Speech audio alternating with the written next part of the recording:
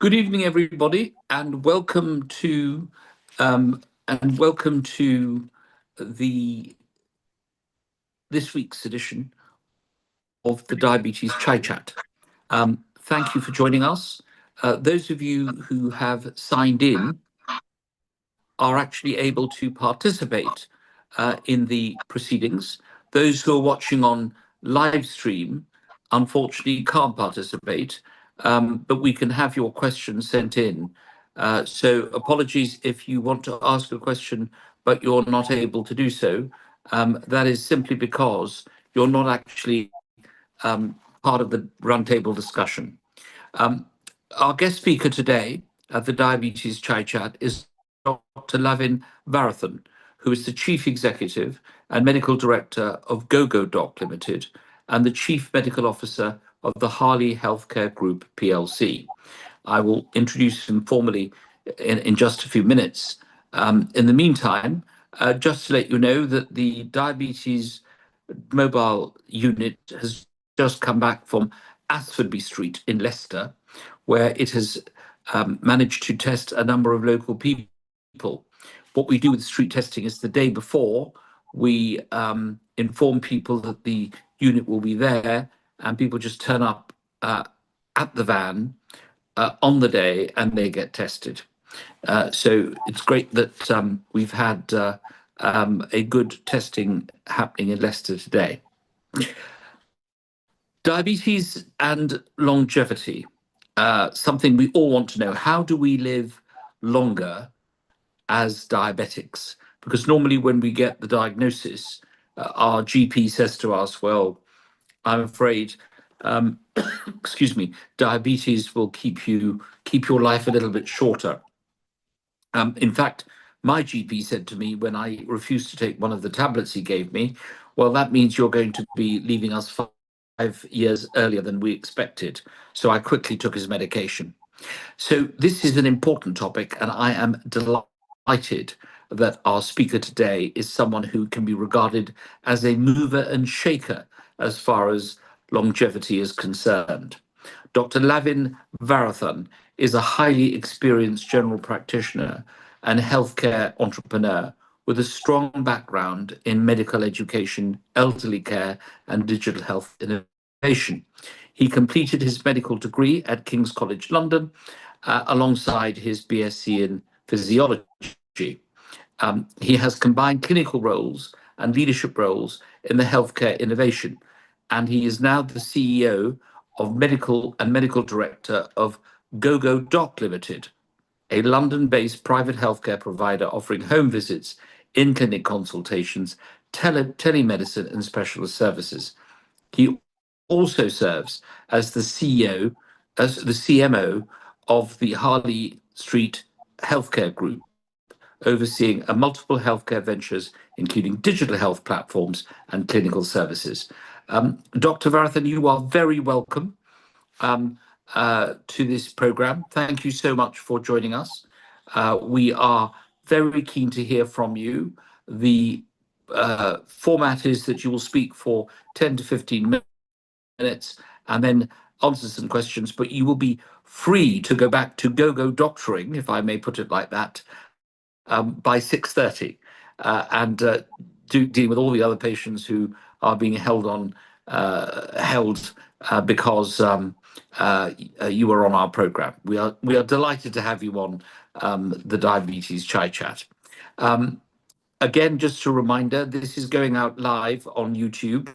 Unfortunately, those on YouTube cannot participate in asking questions, but anyone who is signed in on the link that we sent is able to ask questions, and we will take those after we hear from Dr. Varathan. So, Dr. Lavin Varathan, the floor is yours. We are eager to hear what you have to say. Please begin your presentation. Thank you for joining us. Thank you very much, Keith, for the kind introduction, and I'm really happy and glad to be here. Diabetes is one of my areas of interest, and as a chronic disease in the UK, as you kind of mentioned, often diabetes is seen as a bit of a life sentence. And once someone is started on medication, They go through the rigmarole of having all the follow-ups and all the screening, and then they're kind of put on something that they have annual blood tests for, and then they're put in the kind of the mill of repeated consultations and medications. And often it's very hard to know how to break the back of that cycle, either by trying to reverse the diabetes or manage it successfully. And my role as a private GP and a specialist in longevity is to try and not only improve lifespan, but also try to improve health span. You know, the good years, the years that people are living healthily and feeling active. And a lot of my work goes into trying to not only extend lifespan and help people manage better, but also to make sure that every day that they have is used to the maximum, and they're able to have good health for that time. I have prepared a short presentation, if that's okay, that I was going to share with you guys. I'm just going to share my screen now, and hopefully this works okay. So I'm going to share.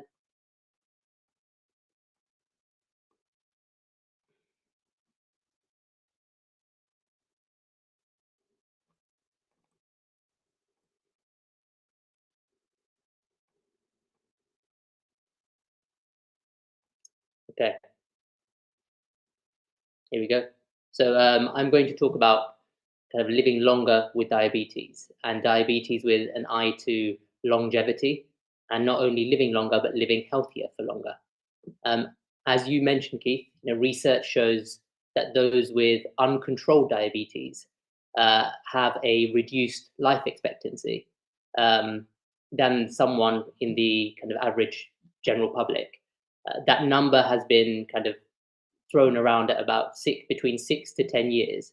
So people with uncontrolled high blood sugar levels have increased risk factors of secondary complications. And often it's not the diabetes that leads to demise and problems, it's the complications associated with poorly controlled diabetes. It's an epidemic in the UK and in the Western world. They say every 45 seconds in the UK, there's a new diagnosis of type 2 diabetes. And this is often caused by a multitude of risk factors. Modern diets rich in simple carbohydrates, and the ease and the convenience of ultra high kind of processed foods, which are very non-nutritious, but they're very cheap. Also, we are having increased kind of sedentary lifestyles, and you can't really put a price on stress and mental health, and how cortisol and how that high stress level can impact blood sugar level, both in the short, medium, and long term.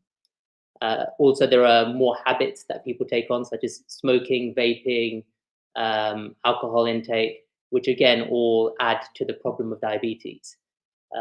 Diabetes is often referred to as a silent killer, often because it has very few symptoms up front, and people are often unaware that they have symptoms or some of the complications associated with diabetes.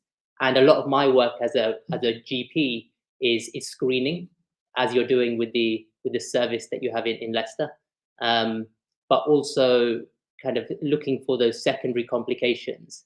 And you'd be surprised how many people actually come in with the complication of diabetes, and they present with a problem with their eyes, or a deterioration in their kidney function, or even a heart attack. And then when we screen and we do blood tests to double check if there's anything else going on, we then pick up diabetes as probably the thing that primarily drove that secondary complication. Talking about a silent killer, so diabetes can affect the heart, the kidneys, the eyes, the liver, nerves, reproductive system. In men, very common to get erectile dysfunction secondary to diabetes, to name a few. The brain, Alzheimer's disease risk, stroke risk, even the immune system, impaired wound healing, reduced immune function. This can all be kind of secondary complications of diabetes. And often, unfortunately, like we said, it's often undetected and undiagnosed. And it's estimated that 1.3 million people in the UK are living undiagnosed, unaware that they have the type 2 diabetes. So that's why it's even more important for these type of screening programs, where we either do urine dips to check for sugar, or we screen with bloods. diabetes also feeds into a group of conditions, a collection of conditions called metabolic syndrome. And these, unfortunately, are also relatively asymptomatic. So metabolic syndrome includes high cholesterol, high blood pressure, fatty liver disease, and this in combination with uncontrolled type 2 diabetes exponentially increases the risk of heart disease, stroke, liver dysfunction, kidney dysfunction, everything named above. So often these conditions start to pile on top of each other, and people are completely unaware that they have either symptoms or they're developing the complications of poor control. So if we think about the problem of diabetes, it's often, or type 2 diabetes, is often secondary to insulin resistance, where the body cells, particularly muscle, fat, and liver cells, start to become less and less sensitive to sugar and insulin, which means that sugar is allowed to float around the bloodstream unchecked. And this chronic high blood sugar level in the blood, this chronic hyperglycemia, leads to damage. It primarily damages endothelial cells, which are the cells that line blood vessels, neurons, lymphatic systems, the chambers of the heart. And when blood sugar is high for prolonged periods of time, it causes free radicals, it causes oxidative stress, it causes inflammation. All of these things combined causes damage to these cells, causes atheroma, vessels become narrower, vessels become less compliant, coronary vessels that supply the heart, the carotid artery that supplies the brain, they all become narrower, less kind of patent, and this increases the risk of many of the secondary complications of diabetes.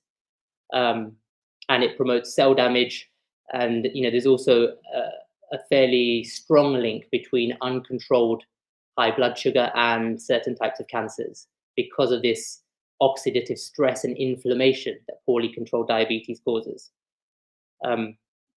So another problem another problem nowadays is that people are being diagnosed younger and younger with diabetes, probably because of a lot of the risk factors we mentioned earlier, which means that people are having longer years of their life with chronic high blood sugar. So naturally, this causes more and more damage at younger ages. So I worry about the health burden moving, through the NHS and in private medicine in the next 10, 20, 30 years with the current rates of diabetes and uncontrolled and even undetected diabetes. So how do we reverse it? How do we manage it? So the top three: physical activity, healthy eating, weight management. It's consistency. It's about setting goals, setting targets. It's about trying to reduce your circulating blood sugar. We know through lots of evidence that fat is generally fairly insulin resistant, and muscle is very insulin sensitive. Muscle has the ability to suck that sugar in, that's floating around in the bloodstream, and reduce it in the bloodstream, whereas fat generally doesn't respond well to insulin. So we know that by increasing our muscle to fat ratio, by reducing weight, by reducing fat, but also in conjunction increasing our muscle density and muscle quality, we can, number one, reduce the circulating sugar that's floating around our bloodstream. We can increase our basal metabolic rate, so the number of calories, the amount of sugar we burn at rest. We can also, improve longevity through, to build that muscle, it takes physical activity, which releases endorphins, which releases hormones that we often, unfortunately, nowadays require certain medications for, antidepressants, anxiolytics. But we know by doing regular exercise, which is kind of a mix of cardiovascular, mobility, and I would say most importantly, strength-based exercise, we can really improve our sugar control, our mental health, and reduce our risk of diabetes. And I've seen a fair few people reverse diabetes. So either go from diabetic to pre-diabetic or pre-diabetic to normal blood sugar, just by changing that muscle to fat ratio. Moving on from that, healthy eating. If we're talking about improving our muscle to fat ratio, it's really important that there's a reduction in simple sugars, simple carbohydrates. There's a decent protein intake in our diet. plenty of fiber because that delays that sugar spike. And when we're eating protein, lots of lean protein, fish, chicken, with a mindful, a limited amount of dairy, of animal fats, and red meat where we can. A lot of the medical field now is moving towards the weight management sector because of the evidence base that's there. The prescriptions of Wegovy and Mounjaro, which are medications that work in the brain to kind of induce satiety, that feeling of fullness, has really skyrocketed over the last 6 to 9 months because of the evidence base that exists. The reduction in cardiovascular disease, the reduction in stroke, the reduction in certain cancers, just by reducing that weight. There are certain medical interventions that GPs can help with to just reduce someone's risk of developing diabetes and the complications. And like I said earlier, mental health and mental well-being is often overlooked when talking about chronic conditions. But we know that the adrenal gland that releases cortisol when someone is stressed, when someone is anxious, it does get tired if it's been releasing cortisol at high levels over a long period of time. I've seen lots of patients develop conditions like adrenal insufficiency, where the adrenal gland gets a bit tired, a bit lazy because of chronic stress, which can also trigger that fight or flight mechanism. So the body is not quite sure whether or why it's feeling stressed and anxious, but what it does know is that the cortisol is releasing more sugar into the bloodstream, and the body is becoming more and more insulin resistant because that cortisol level is quite high. So what's the solution? So broadly speaking, tighter glycemic, so tighter sugar control is the cornerstone to reversing and improving diabetes management. And, it's a fairly simple formula. Remaining in calorie deficit, trying to make sure that your calorie output outweighs your calorie input, or that they're almost at a level playing field. So there's no extra fat being laid down.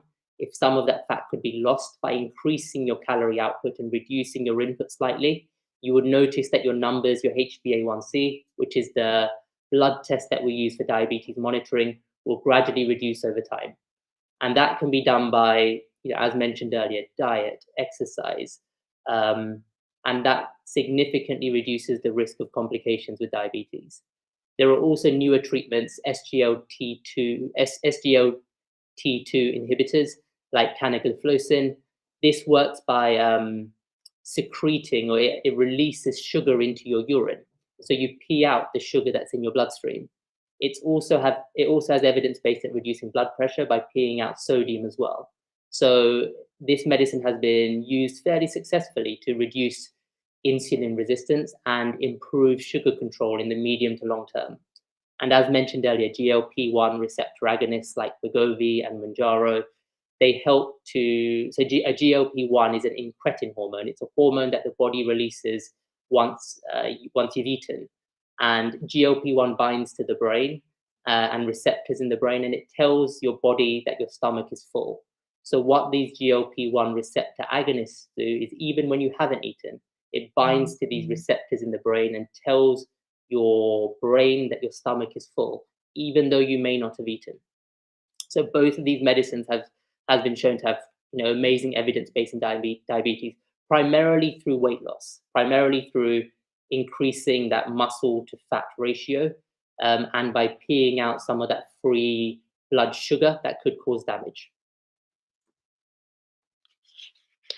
So normally when people speak to a longevity doctor or someone who specializes in this field, they want to know what they can do day to day to improve or reduce the risk of diabetes or chronic disease, or how they can manage their condition better.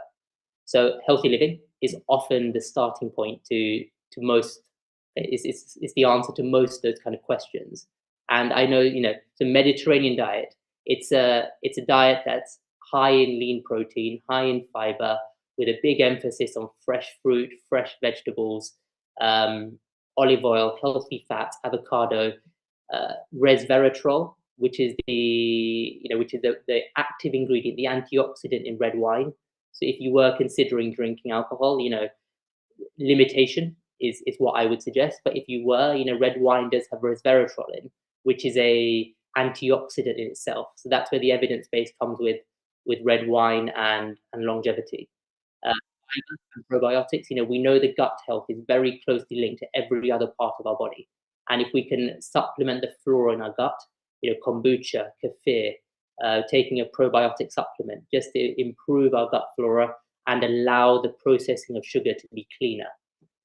Simple carbohydrates have been shown in many pathologies, not only diabetes, in non-alcoholic fatty liver disease, in stroke, in a lot of the complications associated with diabetes. We know that people who take in high simple carbohydrates are more at risk.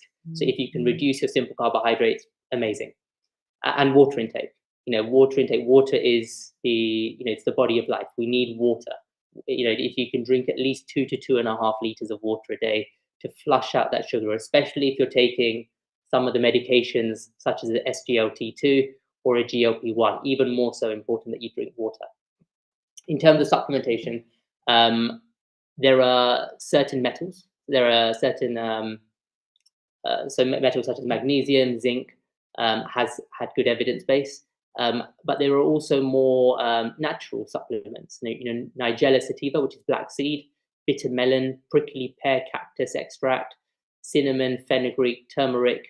All of these products have some evidence base in diabetes, although limited. We know that supplements rarely goes through randomized controlled trials. We know the evidence base with supplements is limited, but I've had plenty of patients who've taken products such as this and they've improved their insulin resistance. They've kind of improved the ability of their body to process sugar. And some of these products, such as alpha lipoic acid, can help slow gastric emptying. So it slows the speed at which food goes through your stomach. So it helps with that feeling of fullness someone might have after a meal. And it can help slow down the sugar spike that often happens if you've had a meal that's high in simple carbohydrates. So that's generally where I run to with supplements if I'm thinking about chronic conditions, especially type 2 diabetes. I would say from personal experience, the ones that I really swear by tend to be resveratrol, cinnamon, fenugreek, and turmeric, amazing antioxidants, especially if you're thinking about some of the secondary complications associated with uncontrolled diabetes. They have very good evidence base. And prickly pear cactus is one of the newer ones that a lot of people are talking about in this space. Thank you. Thank you so much, Dr. Varathan, for joining us and for your excellent presentation. We are going to have, if you've got a bit of time, just a couple of questions, because you covered so much. There's a lot of push towards turmeric, as you just said, a lot of advertising of turmeric, Yes. but also apple vinegar cider.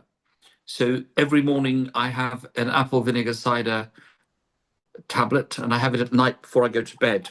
This has a huge effect on my levels because I have a Abbott's tracker. Yes. And I can see it goes down when I have it in the morning. But the other thing that also people have suggested is a glass of water, some ginger and some lemon first thing in the morning before you drink anything else. And finally, don't drink cold water. I'm actually drinking cold water now. But everyone has suggested actually the water you should drink is lukewarm water or tepid water rather than cold water.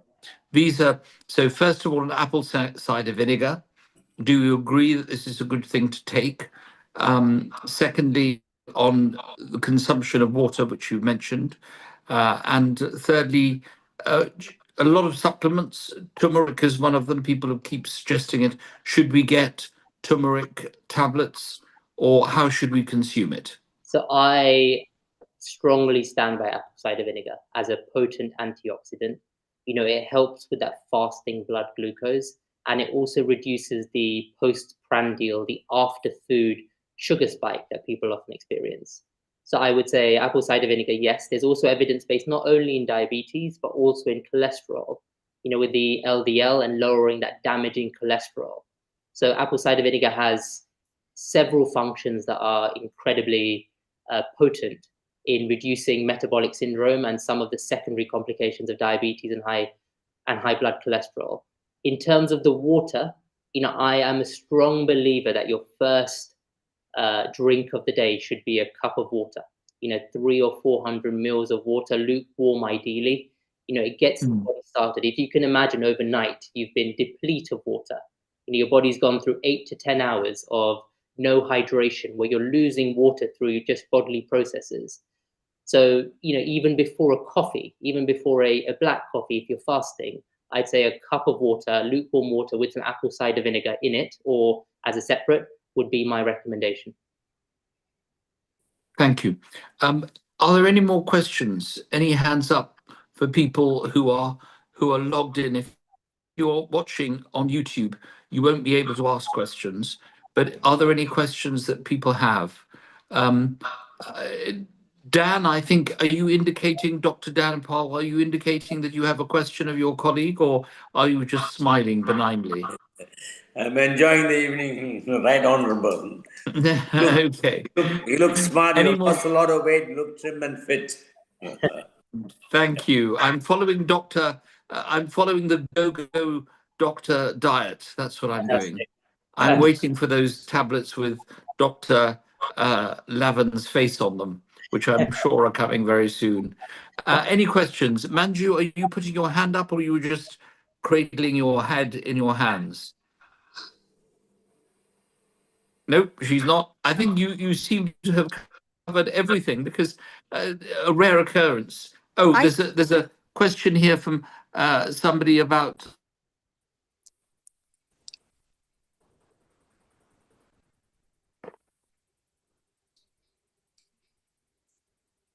Keith, I think you've gone on mute. I think you're muted. Let me see if I can see this. Can you see the question that's in the chat that's come through? Or let's have a look.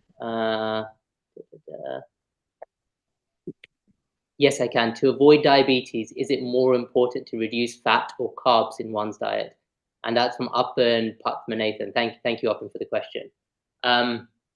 I would say, it's simple. It's not the type of carbs. It's not carbs in general. It's the type of carbs that you're consuming. We know complex carbs do better than simple carbs. There's lots of evidence based about how simple carbohydrates increase the risk of fatty liver, non-alcoholic fatty liver, diabetes, those sugar spikes. So I think it's a combination of reducing your simple carbohydrates, and we know fats. There are good fats and there are bad fats. So if we can reduce our LDL fats, the fats that are carried away from the liver into the arteries and that block up the arteries, if we can reduce our triglycerides, so if we can think about the types of oils we cook, the way we cook our food, red meat, if we can think about, there are lots of good fats in eggs, in avocado. So I'd say I'm not a big fan of saying reducing fats. I'd rather say be mindful of the fats you take in. Fats are really important. Same as carbs. I would just be mindful of the type of carbs you're consuming. Fizzy drinks, fruit juices, sugar with tea. These are the things that are very easy to consume, and even these ultra-processed foods, donuts, pastries. These are all things that are going to do more damage in the medium and long term. So I think the type of carbs and the type of fat we're consuming should be the thing that's of note. That's my takeaway message. Wonderful. That is fantastic. I think that we are going to release you. We are exactly as we promised, half an hour. Half an hour of your time is a huge amount of time. And we're very, very grateful to you for joining us today, and for the work that you do at Harley Street with Go-Go Doc. And we hope that you will continue to do this, spreading the message that you do, that you can live longer if you change your lifestyle. Thank you so much for joining us today. You're welcome to stay. We've just got a couple of news headlines that we always have on diabetes. But from all of us here, thank you so much, Dr. Varathan, for joining us. Thank you very much for having me, Keith. I've really enjoyed it, and thank you for all the guests and everyone that's tuned in. And thank you also to Dr. Dhanapal. from Harley Street, your colleague who is also joining us, Dr. Dhanapal. We hope to have you on one day, on the Chai Chat. Thank you. He's the boss. I don't Um, think you can afford him. He's a celebrity. Thank you. Wonderful. Right round. Thank you. Let us go straight on to the news headlines. Rajiv has the news headlines of the week, the top 3 stories on diabetes worldwide. Rajiv from Leicester. News headlines number 1. Urgent warning issued over fat jabs as 82 deaths in the UK linked to the use of weight loss and diabetes drugs such as Ozempic and Mounjaro. More than 80 Britons have died after using weight loss and diabetes jabs such as Ozempic and Mounjaro, it was reported last night. The Medicines and Healthcare Products Regulatory Agency reported at least 22 fatalities linked to the medication up to the end of January. A further 60 deaths were recorded for the products aimed to help with type 2 diabetes. Nearly 400 people also required hospital treatment since the rollout of the products over the past few years. Headline number 2. Diabetics urged to eat bananas at one specific time to control disease. An overripe banana can be identified by brown spots around the skin. This means fruit is rich in catechins, antioxidants that are also found in green tea, which promotes heart health and help reduce inflammation.